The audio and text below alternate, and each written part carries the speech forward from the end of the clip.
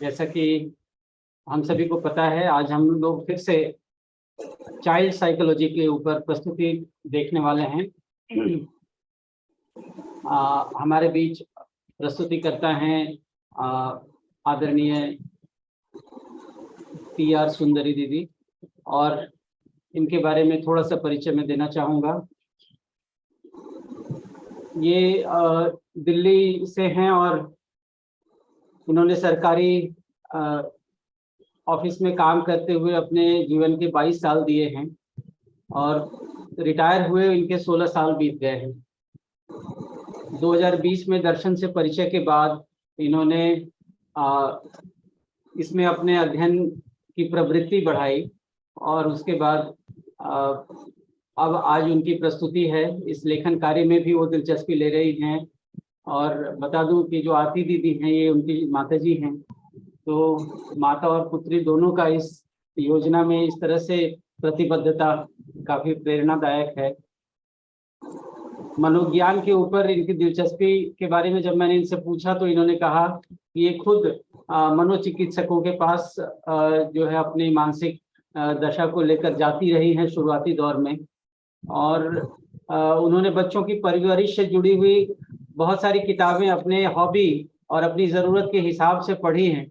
तो जब ये बात आई कि मनोविज्ञान में कौन सा हिस्सा लिया जाए जिस पर वो अपना लेखन करेंगी, तो उन्होंने बाल मनोविज्ञान यानी चाइल्ड साइकोलॉजी को सेलेक्ट किया।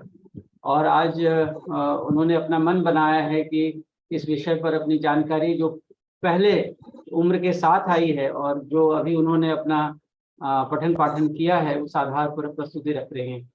तो काफ़ी उत्साहवर्धक है कि उम्र के इस पड़ाव में तकरीबन 58 साल की आयु है उनकी, और इस तरह से जो है वो इस चीज़ के प्रति लगना, वैसे जीवन की आयु होती नहीं है और जिज्ञासा वो जीवंत बनाए रखती है हमारी जिंदादिली को। हमारी भागीदारी में वो जो है वो तृप्ति की बात होती है और इस तृप्ति के लिए वो ललायित है, ऐसा दिखाई पड़ता है। तो आज मैं ज़्यादा बीच में न रहते हुए उनकी प्रस्तुति की शुरुआत के लिए उनसे निवेदन करता हूँ।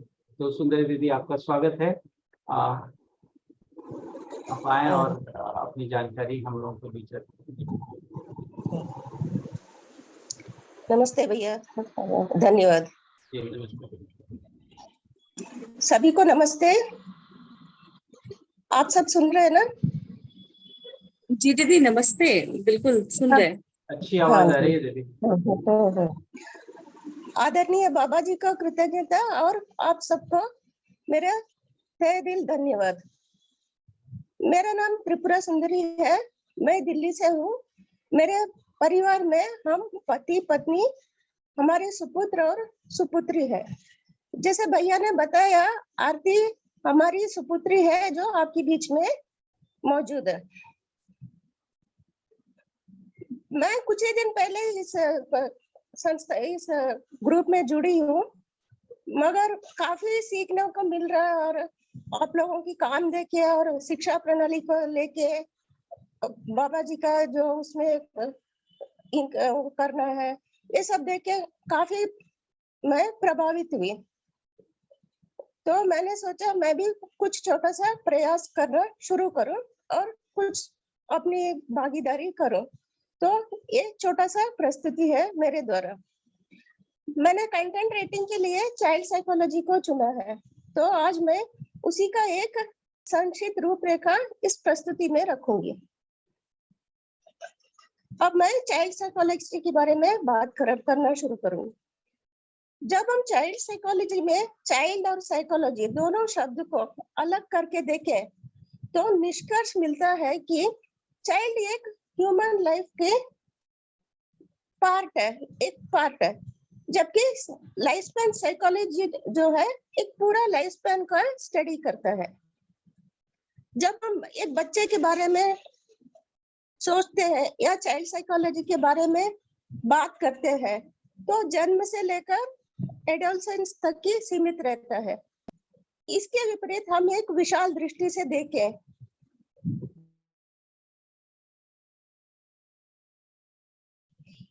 जेनेटिक और बायोलॉजिकल फैक्टर्स तो रहता ही है, इसके अलावा एक युवा दंपति जो उस आने वाले शिशु के जीवन का बुनियादी और उनकी पूरे जीवन की माता पिता बनेंगे, उन दोनों का भूमिका बहुत मायने रखता है। जो नया परिवार बनेगा इन तीनों को मिलके, माता पिता और शिशु, तो एक एम्पावरिंग ट्रायंगल के रूप में इवॉल्व होके आगे तीनों खुशहाली से जीवन जिए। इसके विपरीत जो पहले से चलता आ रहा डिस्फंक्शनल ट्रायंगल ना बने, ये हम सोचेंगे और इस पर और ध्यान देते हुए आगे बात करते हैं।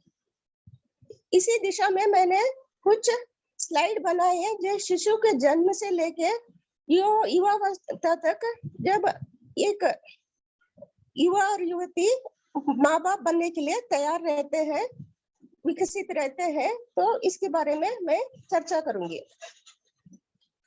अब मैं अपना स्लाइड शेयर करूंगी।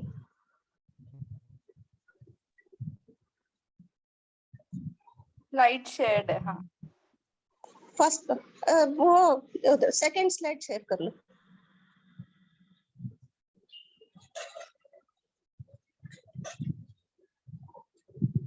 हाँ, इस स्लाइड में हम देख सकते हैं एक नवजात शिशु का विकास हो रहा है 0 से लेके 1 साल तक। हम देख सकते हैं कि एक शिशु एक महीने में कैसा विकास हो रहा है। सब खुद ही सीखते सीखते फर्स्ट मंथ में वो सिर्फ लेटा, फिर सर उठाना, फिर अपना चेस्ट उठाना, पलटना, बैठना, ऐसे करके वो हर एक माइलस्टोन को सीखते सीखते 12 महीने तक खड़ा होना सीख जाते हैं। फिर करीब 2-2.5 साल तक वो अच्छा सा चलना और थोड़ा बहुत बोलने सीख लेते, तो हम उनको प्ले स्कूल भेजने का सोचते हैं। Second slide.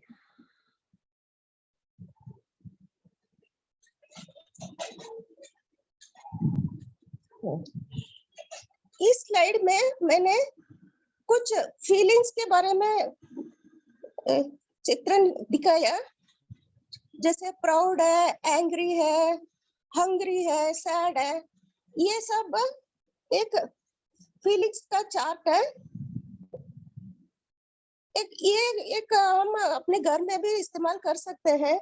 जैसे जैसे बच्चा अपना फीलिंग्स दिखाता है, हम उनको उस चित्रण दिखा के उनको एक अपना फीलिंग्स को वो पहचाने, इस तरह उसको अभ्यास दिला सकते हैं। स्लाइड चेंज करो आरती। यस। इसके बाद अर्ली चाइल्डहुड डेवलपमेंट आता है।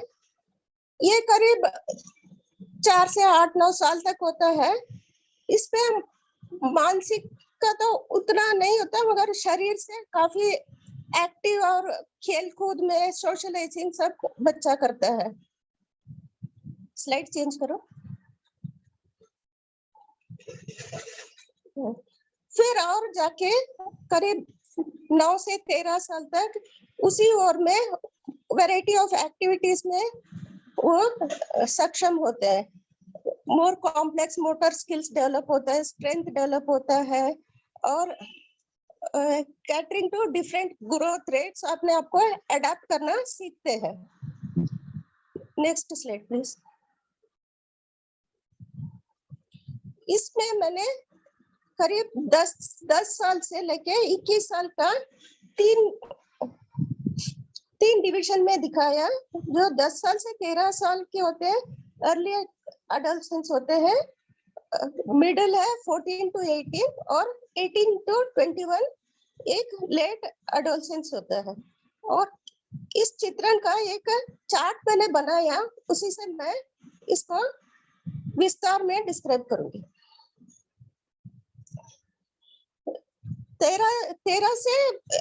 10 से 13 साल तक फिजिकल लेवल में प्यूबर्टी शुरू हो जाता है और ग्रोथ स्पर्ट होता है, सेक्सुअल इंटरेस्ट डेवलप होने लगता है। कॉग्निटिव लेवल में एब्स्ट्रैक्ट थिंकिंग, जो सूक्ष्म रूप का विचार होता है, वो शुरू होता है। और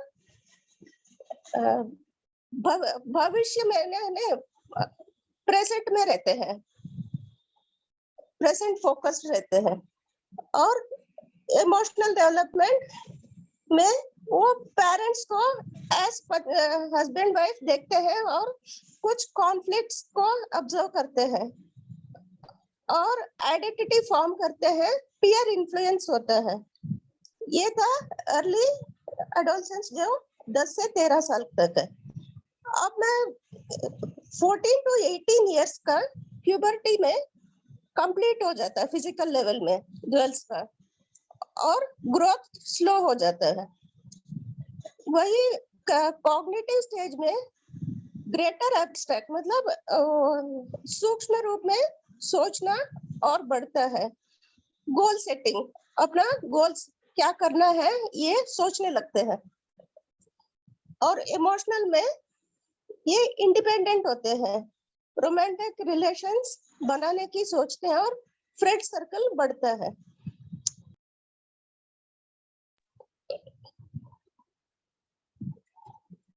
uh, 18 से 21 इयर्स तक जो होता है, गर्ल्स फुल्ली डेवलप हो जाते हैं, बॉयज का कंटिन्यू होता है ग्रोथ।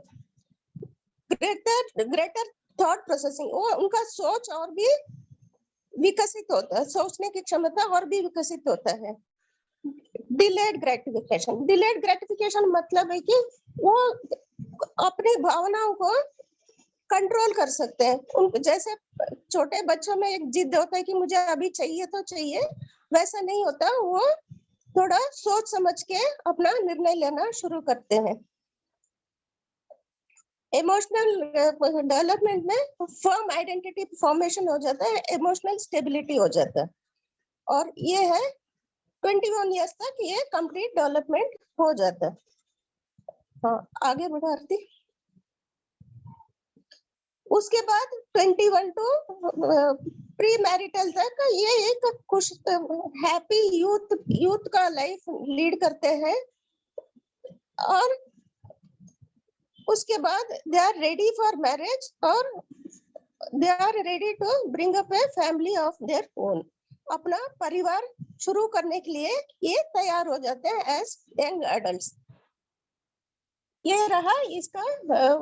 अभी मैं ऑब्जेक्ट रिलेशंस के बारे में बात करूंगी। आते अभी स्लाइड्स रोक के रखो। ऑब्जेक्ट रिलेशंस क्या होता है? हम में से हर एक इंसान एक परिवार में जन्म लेते हैं और बुनियादी जरूरतों के लिए किसी अन्य व्यक्ति पर निर्भर रहने के साथ साथ संपर्क और जुड़ाव बना के रखते हैं। ना केवल हम अपनी शारीरिक जरूरत के लिए उन पर निर्भर रहते हैं, उनसे जुड़ाव भी बना के रखना चाहते हैं। स्थूल रूप में शरीर का विकास तो होता ही है और निश्चित रूप में बदलता ही रहता है। सूक्ष्म रूप में मन का भी विकास होता है। एक नवजात शिशु उसकी देखरेख करने वाले या केयर गिवर के साथ वस्तु की तरह ऑब्जेक्ट रिलेशन बनाता है। अगर ऐसे बनाते बनाते अगर शिशु अपने केयर गिवर के साथ अपने शरीर को जिंदा रखते हुए एक भावनात्मक रूप में भी अपने जरूरतों को पूरा कर पाता है, तो लगभग बैलेंस्ड लेवल में अपने आप को केयर गिवर से एक अलग भिन्न व्यक्ति इकाई के रूप में देखते हुए एक स्वस्थ मनुष्य की तरह विकसित हो पाएगा या हो पाएगी। अगर केवल उसकी शारीरिक जरूरतों को देखभाल किया और उसको एक मनोरंजन के जरिए तरह देखा, तो वो एक इन्फेंटाइल स्टेज में या छोटा बच्चे की इस तरह वो कहीं ना कहीं रुक जाता है, जिसको मनोविज्ञान में ईगो फिक्सेशन कहते हैं। एक व्यक्ति अपने आप को तो ऐसा व्यक्ति अपने आप को तो शरीर के वस्तु के भिन्न और कुछ समझ नहीं पाता और अपने आप में तो संघर्षित तो रहता ही। इसके अलावा वो किसी अन्य व्यक्ति के साथ जब रहते हैं तो एक निष्क्रिय पारिवारिक और उसके बाद एक निष्क्रिय समाज को बढ़ावा देता है, वो किसी रिलेशंस में खुश नहीं रह पाते। यही है ऑब्जेक्ट रिलेशंस। आरती पर स्लाइड दिखाओ। ये स्लाइड एक मिनट। ये स्लाइड बताता है, यही बता रहा है ये slide, object relation is about our internal relationship with others. दूसरों के साथ हम जो रिश्ता बनाते हैं बाहरी दुनिया से, जिसको हम अंदर भी लेते हैं। इस थियरी से ये समझ आता है, हम सब इंसान किसी ना किसी रिलेशन में हमेशा पूरा जिंदगी बन के रहना चाहते हैं। यही कहता है ऑब्जेक्ट रिलेशंस। अब मैं पेरेंटिंग के बारे में कुछ बात करना चाहूंगी। ये पेरेंटिंग के एक सुंदर सा तस्वीर है जो मैंने शेयर किया है। पेरेंटिंग क्या है हमें समझना है। पेरेंटिंग ऐसा नहीं कि हम बड़े हैं और बच्चे को पाल रहे हैं। एक परिवार में बड़े बुजुर्ग भी होते हैं, कई उम्र के लोग साथ में रहते हैं और हम एक दूसरे से वार्तालाप करते हैं, इंटरेक्शन करते हैं। तो कहीं ना कहीं हम सब एक दूसरे की पेरेंटिंग कर रहे हैं। कनेक्शन हर किसी के साथ हम कनेक्शन बनाते हैं। हम चाहते हैं कि हर किसी के साथ बिना कोई कॉन्फ्लिक्ट हम अच्छे संबंध बना के रखें। ये परिवार में रह के ही हम सीखते हैं। अच्छा, अभी मैं पेरेंटिंग के बारे में थोड़ा बात करना चाहूंगी। हम में से हर एक इंसान, चाहे हम एक ही परिवार में है, अपने भाई बहन के साथ बड़े हुए होते हुए, मगर हम अपने आप में एक बच्चा अपने आप में अलग होता है, भिन्न होता है।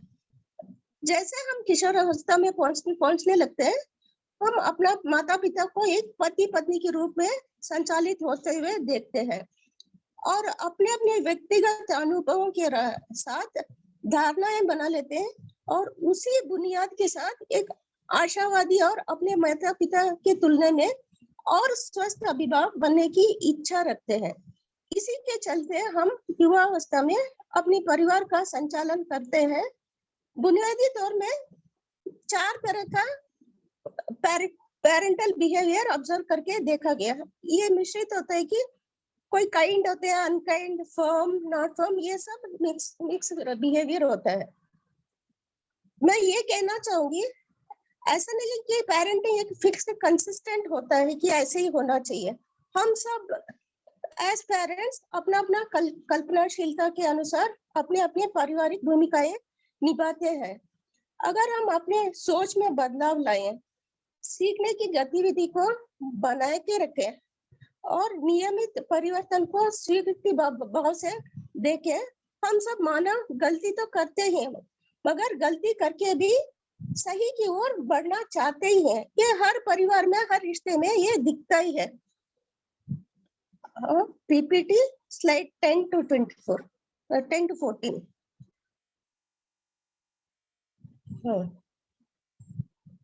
अभी पेरेंटिंग चेंज करूं स्लाइड? हाँ,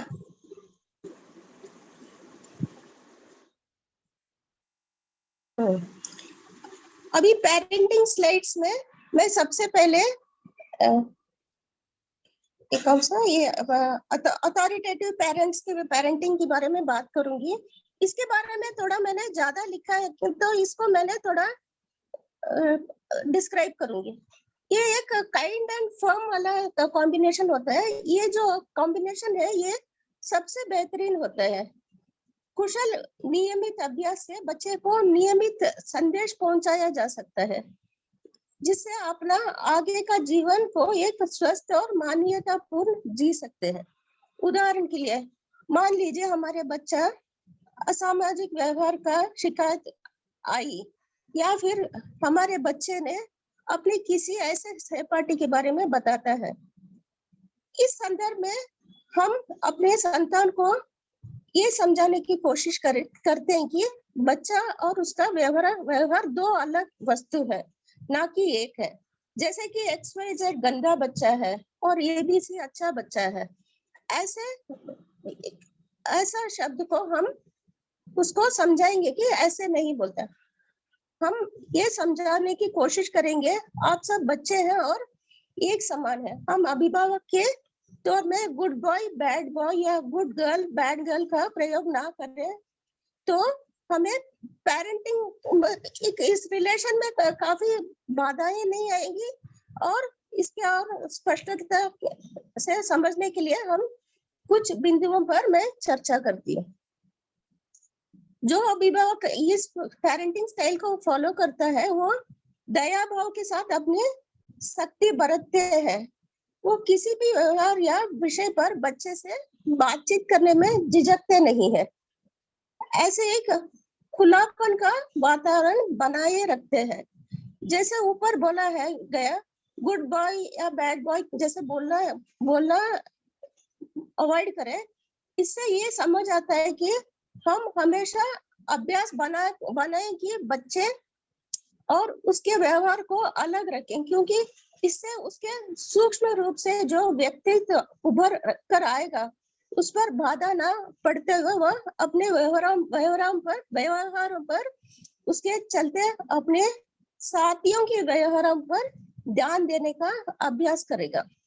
उदाहरण के तौर में कभी संदर्भ वर्ष चुनौतीजनक रहे और हमें बच्चे को समझाने की जरूरत है, तो थोड़ा सख्ती बरत सकते हैं। बहुत ज्यादा है तो एक छोटा सा चपेट भी मार सकते हैं, मगर हम अपराध बोध ना हो और अपना परेशानी दिखाई नहीं, एक बैलेंस्ड एटीट्यूड के साथ उसको निभाएं। साथ साथ उसको प्यार भी जताएं कि मैंने इसके लिए किया, मैं ऐसे बच्चे को उसकी उम्र के अनुसार हम समझा सकते हैं। और दूसरा मुद्दा बिंदु ये है, अभिभावक स्वयं भी मानते हैं कि जीवन समस्या और निराशाओं का एक श्रृंखला है। जो बच्चा अपने रोजमर्रा की जिंदगी में सहन करने के लिए तैयार है वो भविष्य में भी इस सीख के साथ अपने जीवन में तैयार रहेगा।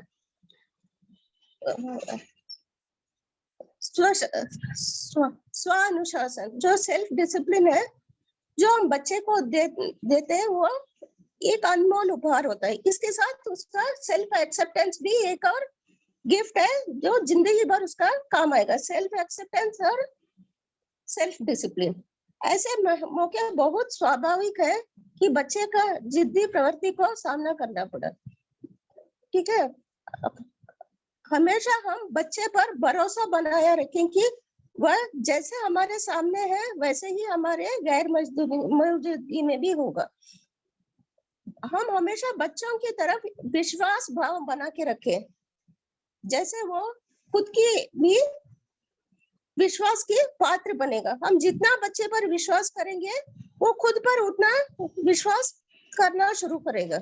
और जितना छोटे उम्र से हम ये सब करेंगे हमारे लिए आगे जाके हम भी आराम से अपना जीवन बिता सकते हैं और बच्चे भी अपना एक स्वस्थ व्यक्तित्व के साथ अपना जिंदगी आगे बढ़ा सकते हैं। अब मैं ये जो मैं स्लाइड्स है इसके बारे में थोड़ा बात करूंगी।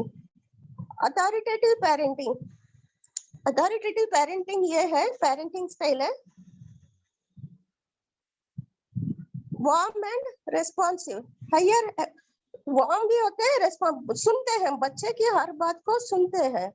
और हायर एकेडमिक परफॉर्मेंस होता है, उसका क्लियर रूल्स होता है, उसको रूल समझ आता है कि ये करना है ये नहीं करना है करके। तो उसका सेल्फ एस्टीम हिंदी में क्या बोलते हैं, वो अपनी आत्मनिर्भरता के साथ रहता है। हाई एक्सपेक्टेशन रहता है, साथ साथ एक्सेप्टेंस भी रहता है, तो उसका बेटर सोशल स्किल्स डेवलप होते हैं।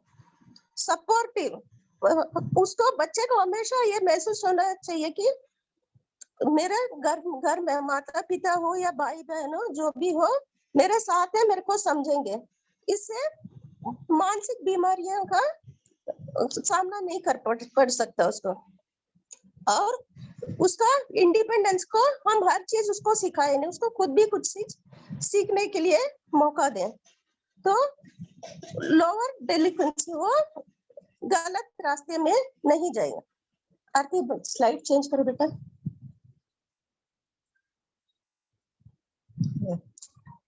ये है अथॉरिटेरियन पेरेंटिंग।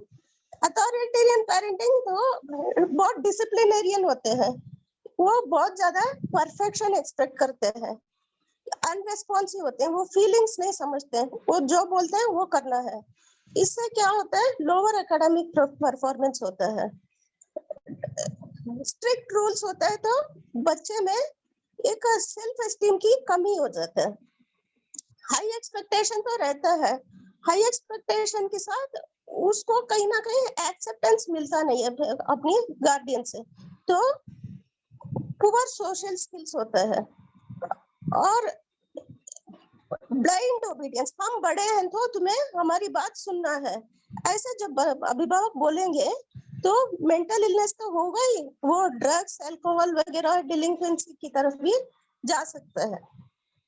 नेक्स्ट स्लाइड करो बेटा। ये परमिसिव पेरेंटिंग स्टाइल है जो आजकल बहुत हमारी जनरेशन से थोड़ा ये हो रहा है, जिसको पैम्परिंग कहलाया जाता है। उनका एक्सेप्टेंस तो रहता है, मगर ये इम्पल्सिव बिहेवियर, मतलब ये ग्रेटिफिकेशन डिले नहीं कर सकते, उनको जो चाहिए चाहिए, और ये ईगो सेंट्रिक बनते हैं। वो ईगो फिक्सेशन हो जाता है, वो हर किसी को अपना एक्सटेंशन समझ के चलते हैं, वो खुद इंडिपेंडेंट हो नहीं पाते हैं।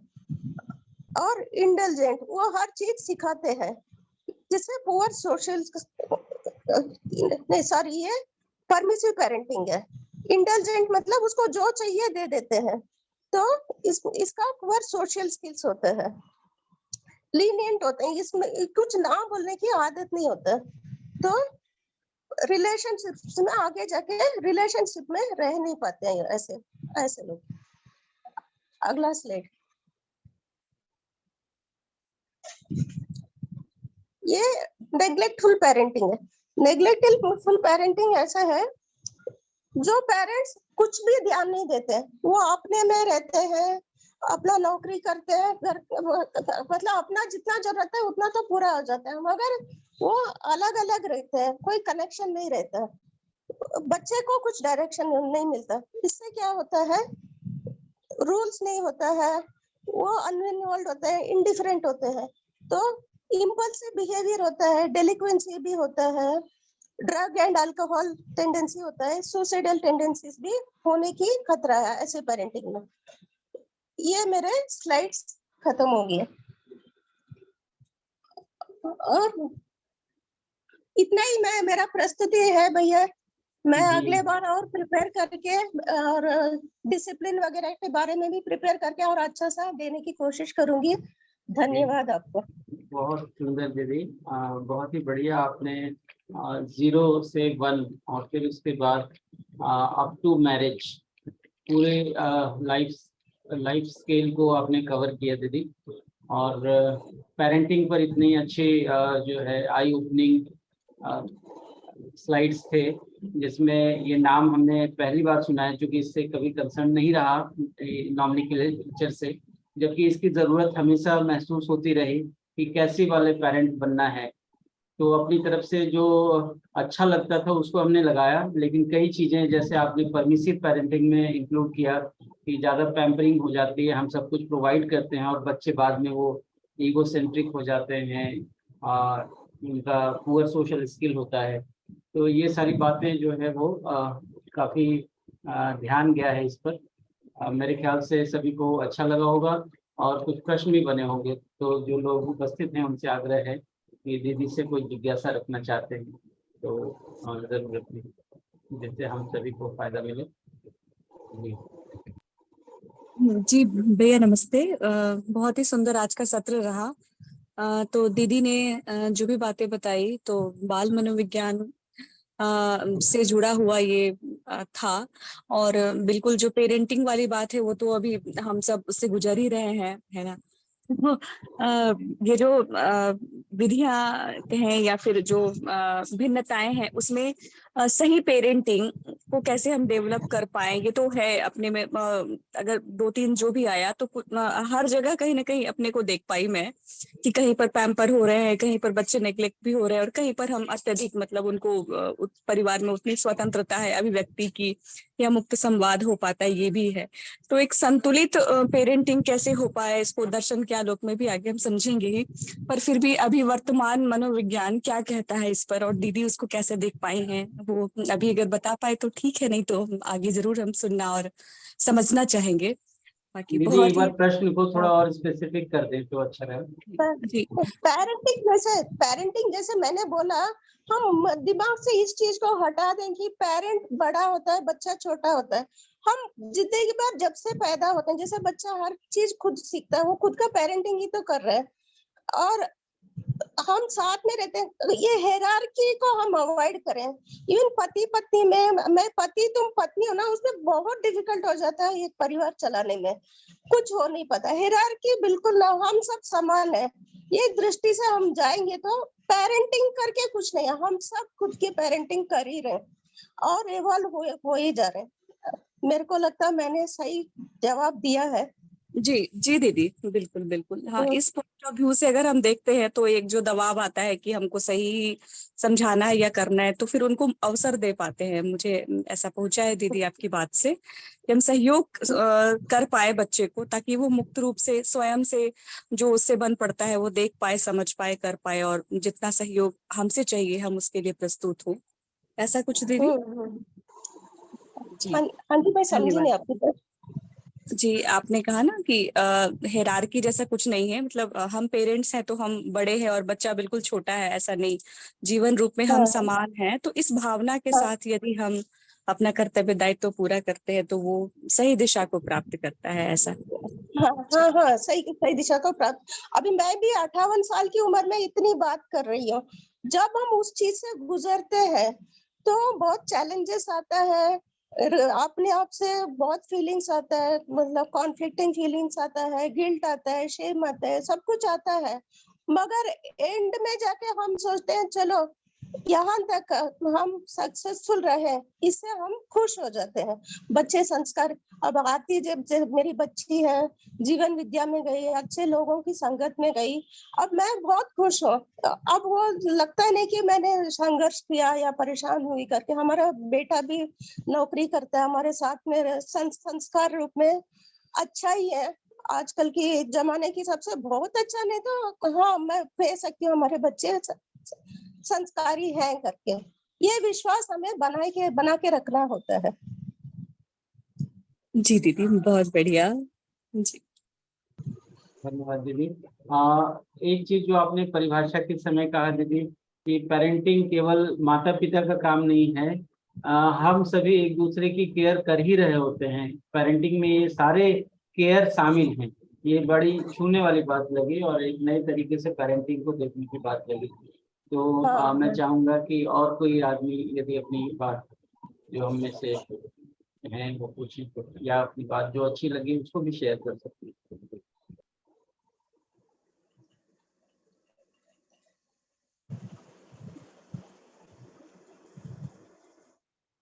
इसमें आगे और भी बहुत सोचने की चीजें हैं, जैसे डिसिप्लिन करते हैं, अटेंशन सीकिंग होता है, पावर स्ट्रगल होता है, बच्चा डरता है, कई मुद्दे हैं। हम खुद भी हम पेरेंटिंग तो कभी सीखते नहीं है, जैसे बोला कल्पनाशीलता हम प्रयोग करते हैं, ऐसे ही चलते ही आ रहा। हमारे माँ बाप ने भी किया, हमने भी किया, हमारे बच्चे भी करेंगे आगे जाके, यही मैं सोचती हूँ।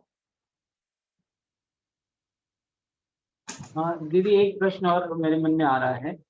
हाँ ये समाज का जो स्वरूप है इसमें हाँ पेरेंटिंग का ही रोल है मुख्य रूप से, क्योंकि जैसा वातावरण हम देते हैं आगे की जनरेशन वैसी ही होती है और ऐसे जनरेशन्स मिलके जो है समाज का निर्माण करते हैं। तो हम्म। जो कंटेम्प्रेरी साइकोलॉजी में पेरेंटिंग पढ़ाई जा रही है या चाइल्ड साइकोलॉजी पढ़ाई जा रही है, उसमें कहाँ कमी रह जाती है जिससे ये वातावरण जैसा अपेक्षा है हम सबकी वैसा नहीं बन पा रहा है? देखिए भैया, आजकल हम एजुकेशन सिस्टम में बहुत लूपहोल्स है, हम उस पर निर्भर हुए बिना ये दो चार मुद्दों को लेके हम घर में ही अभ्यास कर, हम जैसे बोलते हैं ना, हम जैसे बात करते हैं, हम जैसे व्यवहार करते हैं, बच्चा उसी को शक करता है। और साइकोलॉजी सब बहुत बड़ी बात है। हम रोजमर्रा में हम इवन पति पत्नी आपस में कैसे बात करते हैं, ये बहुत ही मायने रखता है। एक दो लोग कैसे बात करते हैं, बच्चे उसको कैसे देखता है, ये हम थोड़ा इसी में डिसिप्लिन को मेंटेन करें तो आजकल की एजुकेशन सिस्टम साइकोलॉजी सब उतना मैं इतना नॉलेज नहीं है मेरे को, बट इतना ही है कि हम थोड़ा बच्चे को एक गिफ्ट समझे और उनको एक बोझ ना, खुद भी बोझ ना ले, उनको भी बोझ ना समझे और एक बैलेंस्ड रहे, इतना ही सोचती हूँ। सूत्र दिया आपने दीदी, कि माता पिता अपने बातचीत में डिसिप्लिन रहें, जिसका दुष्प्रभाव बच्चे पर ना पड़े, और बच्चा बोझ नहीं है, वो एक मेहमान है जिसे हमें बड़ा करना है।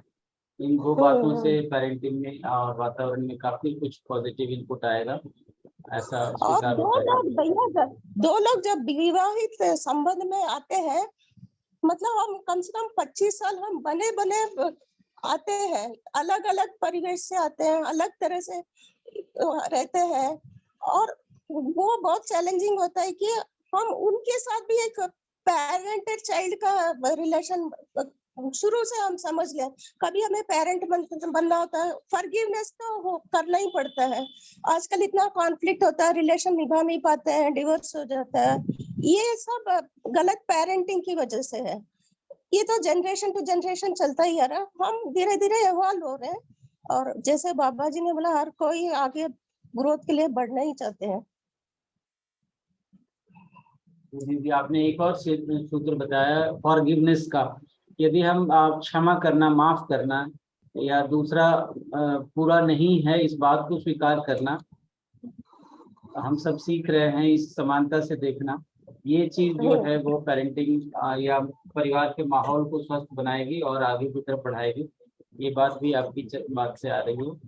तो आपका अनुभव जो है वो जीने का है, पढ़ाई या प्रेजेंट साइकोलॉजी की किताबों से ज़्यादा वास्ता नहीं है, लेकिन उससे ज़्यादा जो चीज़ है वो व्यवहारिक चीज़ जो आपने कमाई है।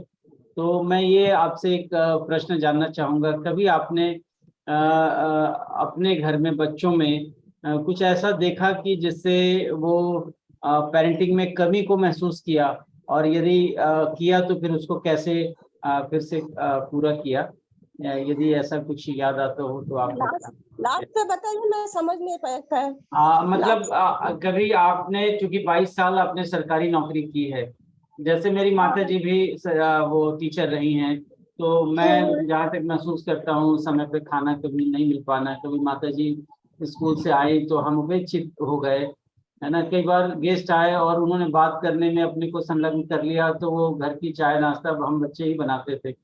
और कई बार ऐसा है कि कुछ अपने दिल की बात कहने का मन किया तो वो उपलब्ध नहीं है। तो ऐसी कमियां यदि बच्चे महसूस करते थे तो आप उसको कैसे पूरा करती थी, ये मैं जानना चाहता हूँ। देखिए, जब जब मेरे बच्चे बड़े हो गए, 12 साल की हो गए, तो इनमें इंडिपेंडेंस आना शुरू हो गया।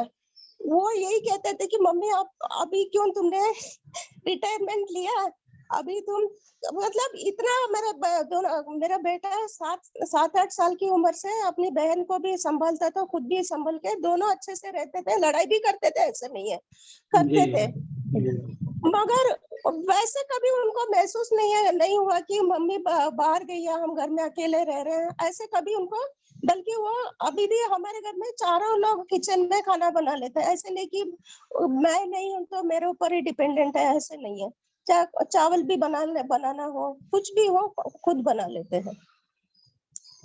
ऐसे कभी उनको महसूस नहीं हुआ कि मम्मी नौकरी जा रही है, हम शहर में। मैंने जैसे किताबें पढ़ा अपनी तरफ से, तो मैंने बच्चों को पूरा ही अपना मतलब पढ़ के, कैसे जो ट्रायल एंड एरर होता ना, वो काफी किया मैंने। जी हाँ, आपने आपसे जब बात हुई तो आपने एक किताब का नाम लिया था, वो कौन सी किताब थी जिसको आपने गाइड बुक बनाया पेरेंटिंग के लिए, एक बार उसका नाम बता दें। वो किताब में डॉक्टर पॉल हॉक करके वो भी एक बड़ा साइकोलॉजिस्ट है, जी, उनका how to bring up your child successfully करके।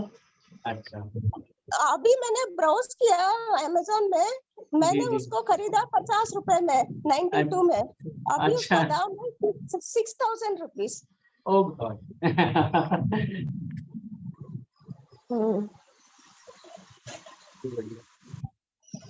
डॉक्टर पॉल बताया आपने?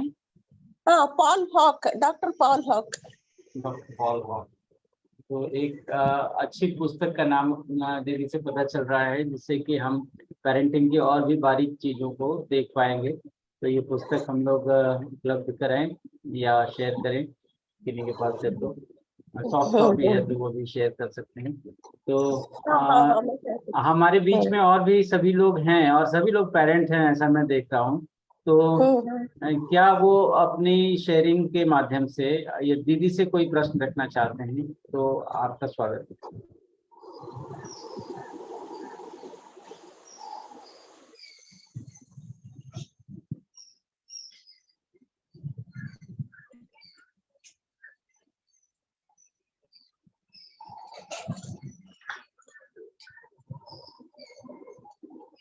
नमस्कार दीदी। हाँ जी, हेलो। नमस्कार हाँ जी, नमस्कार नमस्ते दीदी। नमस्कार। दीदी मैं ये पूछना चाह रही थी जी, जो बच्चों का थोड़ा सा टर्निंग पॉइंट आता है ना इमोशनली और फिजिकली, जब 10th 12th क्लास की एज के बच्चे होते हैं उस टाइम पे,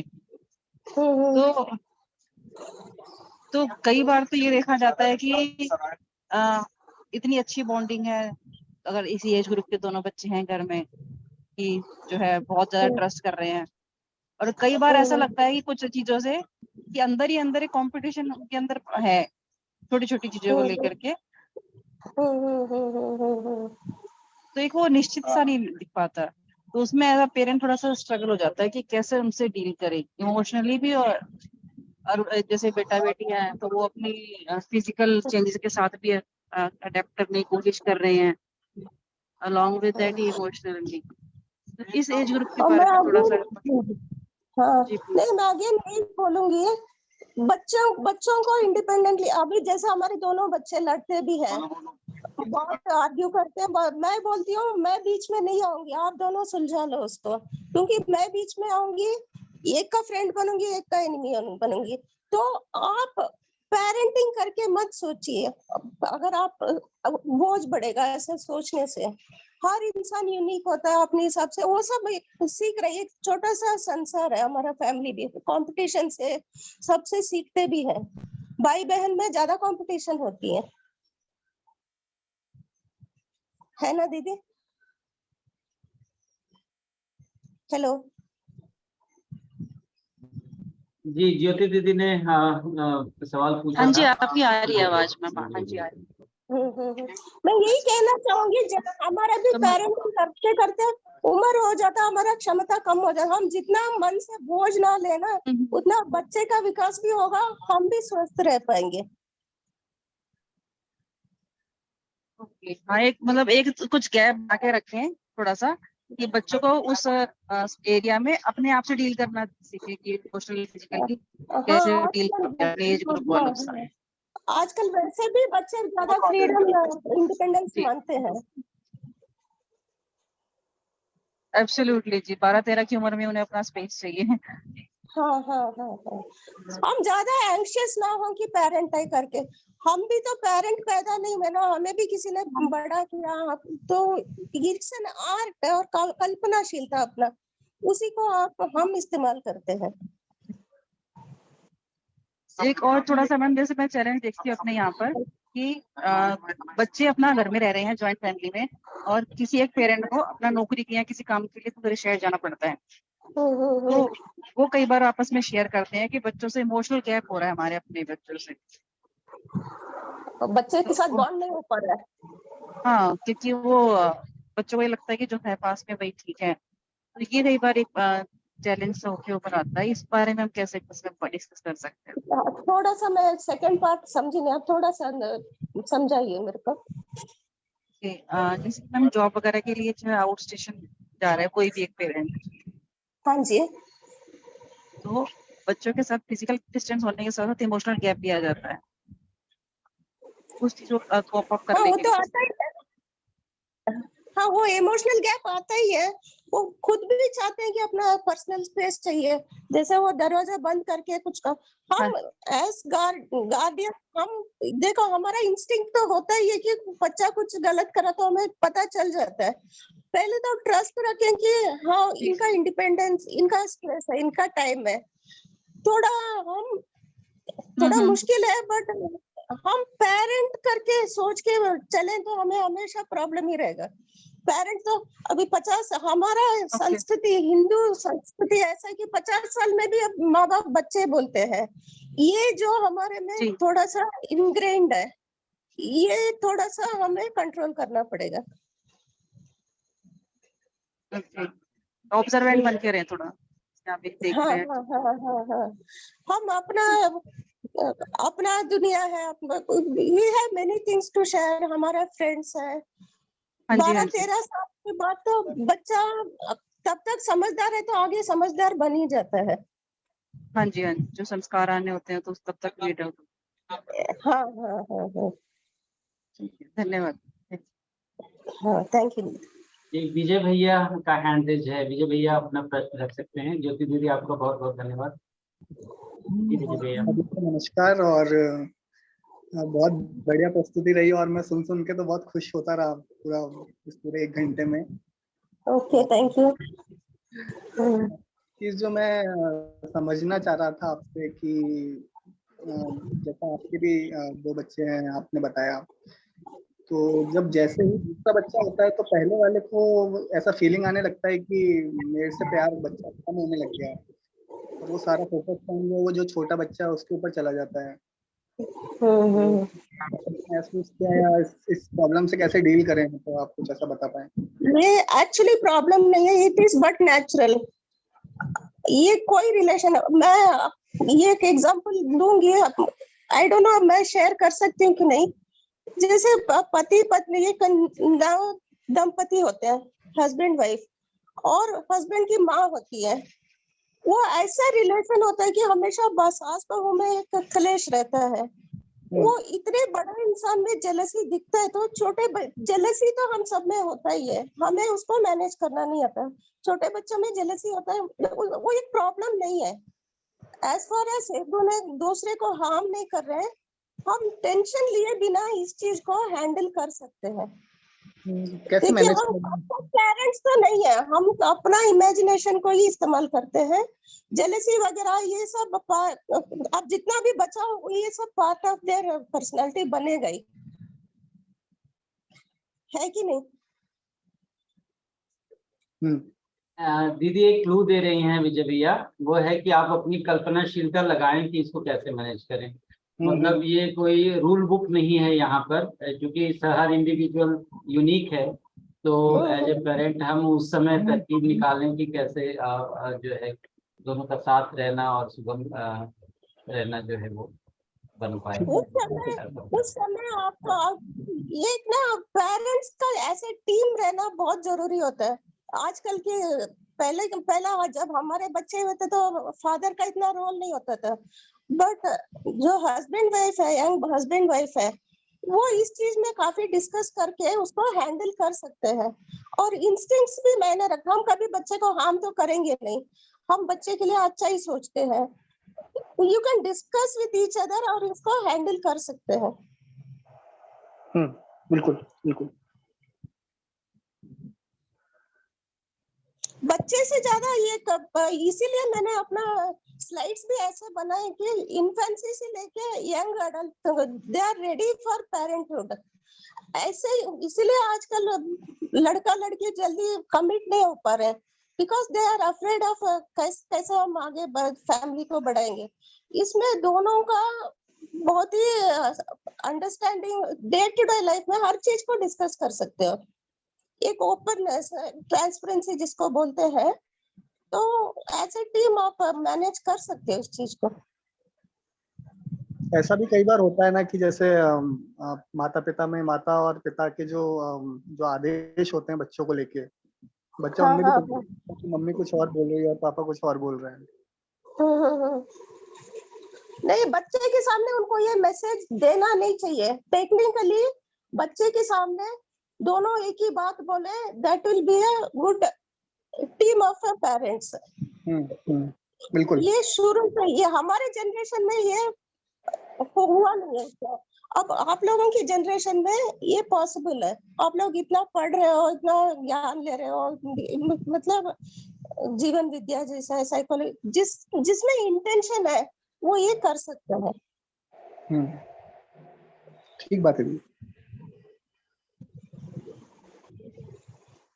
और इंस्टिंक्ट्स पेरेंट्स का कभी गलत नहीं होता, वो अच्छा ही करना चाहेंगे। बट हम एक गिल्ट या अपने अंदर वो भावनाओं को मैनेज कर ले, उतना ही बहुत है। गिल्ट में कभी थोड़ा डांटना भी पड़े, बच्चे खाना नहीं खा रहे हैं, उनको खाना नहीं दे रहे हैं क्योंकि बहुत जिद कर रहे हैं, तो हम ये ना सोचें कि उसको भूखा रख दिया करके। जो भी कर रहे हैं उसकी भलाई के लिए हम कर रहे हैं। धन्यवाद दीजिए भैया। मुझे लगता है आपका प्रश्न उत्तरित हुआ है जितना दीदी कर पाई। अभी दीदी ने डांटने और एक आध थप्पी लगाने की भी बात अपनी प्रस्तुति में रखी थी, तो मुझे एक दोहा जो बचपन से सुनने में आया है कि पंचवर्षाणि लाड़येत् दश वर्षाणि ताड़येत् प्राप्ते तु षोडशे वर्षे पुत्रम मित्र वदाचरेत्। इसका अर्थ ये हुआ हिंदी में कि 5 वर्ष तक प्यार चाहिए और 10 वर्ष तक पिटाई चाहिए और 16 वर्ष प्राप्त करने के बाद पुत्र या पुत्री जो भी संतान को अपने मित्र के समान मानना चाहिए। तो दीदी आप कितना सहमत हैं इस पुराने पारंपरिक दोहे से? भैया मैं तो एक तरह से मैं सहमत नहीं हूँ इस चीज से। मैं मतलब मारपीट करना है तो ये सब पुराने जमाने में बोल रहे थे। अब हम जैसे जैसे हम लोग बाहर जा रहे हैं, जनरेशन टू जनरेशन फीमेल्स का एजुकेशन लेवल बढ़ रहा है, तो ये थोड़ा सा सुपरस्टिशियस है कि मार और डांट को हम अवॉइड करें तो अच्छा है। मित्र जब समझते हैं तभी पैम्परिंग हो जाता है, इसी में बैलेंस करना है। हम स्ट्रिक्ट भी रहे, एट द सेम टाइम उनको प्यार भी करें। हम बच्चे हमारे फ्रेंड से बोलने से हम थोड़ा सा चूक जाएंगे पेरेंटिंग में। तो पूरी तरह फ्रेंड भी नहीं समझना है, ऐसा कह रही हैं दीदी? हाँ, उनको समझना चाहिए कि हम ये काम करेंगे क्या, मम्मी या पापा दोनों मेरे को उनको अच्छा नहीं लगेगा कि मैं ये करूंगा तो मैं नहीं करूंगा, उनको ऐसा भाव आना चाहिए। तो कुछ मिनट बचे हुए हैं, आदरणीय योगेश भैया जी हमारे साथ हैं। भैया जी आपके 2 शब्द यदि आज की प्रस्तुति पर आए तो हम सबको बहुत अच्छा लगेगा। नमस्ते भैया।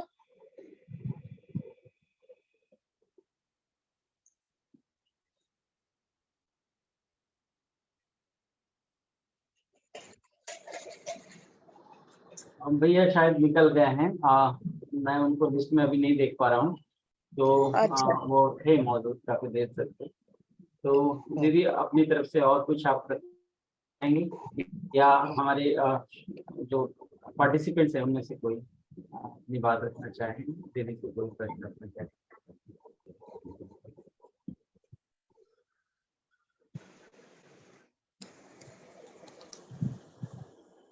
तो दीदी आप अपने आने वाली प्रस्तुति में और किन बिंदुओं को हम लोगों के बीच में रखना चाहेंगे जिधर आपको लगता है कि आपने पूरा वो अभी नहीं फैलाया अपनी बातों को? तो मैं डिसिप्लिन के बारे में चर्चा करना चाहूंगी। डिसिप्लिन किसके, पेरेंट्स की, बच्चे की, कैसे? हाँ, हम छोटे बच्चे से लेके बहुत चैलेंजेस आते हैं, बच्चों में जिद करते हैं, बहुत कुछ चैलेंजेस आते हैं, उसको कैसे मैनेज करेंगे उस पर मैं बात करना चाहूंगी। हाँ, बहुत सारे लोग हैं, मुझे लगता है कि कुछ शेयरिंग भी आ सकती है तो अच्छा रहेगा। शालिनी अरोड़ा दीदी हैं, दीदी काफी कम्युनिकेटिव हैं, यदि आप अपनी कुछ बात रखना चाहें दीदी की प्रस्तुति के ऊपर। दीदी स्वागत है। नमस्ते सभी को। बहुत सुंदर रखा दीदी आपने, मतलब बहुत बढ़िया, मतलब आई हैव नथिंग टू से कि इतनी चीजों के ऊपर आपने ध्यान दिलाया कि हम कैसी पेरेंटिंग करते हैं। अभी सोनाली दीदी ने भी बात रखी कि हम बहुत चीजों से गुजर रहे हैं और शायद ये सीखने के लिए ही हम ये पढ़ाई कर रहे हैं। और आपकी प्रस्तुति सही में अच्छी रही, मुझे भी बहुत चीजें सीखने को मिली हैं इसमें। Thank you. और Thank you, आगे दीदी। का भी इंतजार रहेगा मुझे, जो डिसिप्लिन पे आप जो बात कर रखेंगी। तो हमारा समय लगभग हो गया है। दीदी, आपकी पहली प्रस्तुति थी, ऐसा नहीं लगा जितनी फ्लो में आपने अपनी बातों को रखा है। तो बहुत बहुत बधाई हो दीदी आपको आपकी प्रस्तुति के लिए। और आप सभी पार्टिसिपेंट्स की को बहुत बहुत धन्यवाद कि आपने धैर्यपूर्वक दीदी की प्रस्तुति सुनी और अपने प्रश्न रखे, अपने विचार रखे। तो मुझे लगता और है आज जाते हुए भैया मैं एक संदेश देना चाहूंगी। जी, बहुत युवक हैं, बच्चे हैं 25-30 साल के, जिनकी शादी नहीं हुई, शादी होने वाले हैं। सबको मैं बहुत शुभकामनाएं दे रही हूँ। अच्छे से आगे परिवार बढ़ाए, खुश रहे। बहुत धन्यवाद दीदी। तो आज की प्रस्तुति के समापन की आज्ञा चाहता हूँ। सभी को नमस्ते, सभी को बहुत बहुत धन्यवाद। बहुत अच्छी चर्चा रही और बहुत अच्छी प्रस्तुति रही। Thank you. जी बिल्कुल, सभी को नमस्ते, बहुत बहुत धन्यवाद। नमस्ते।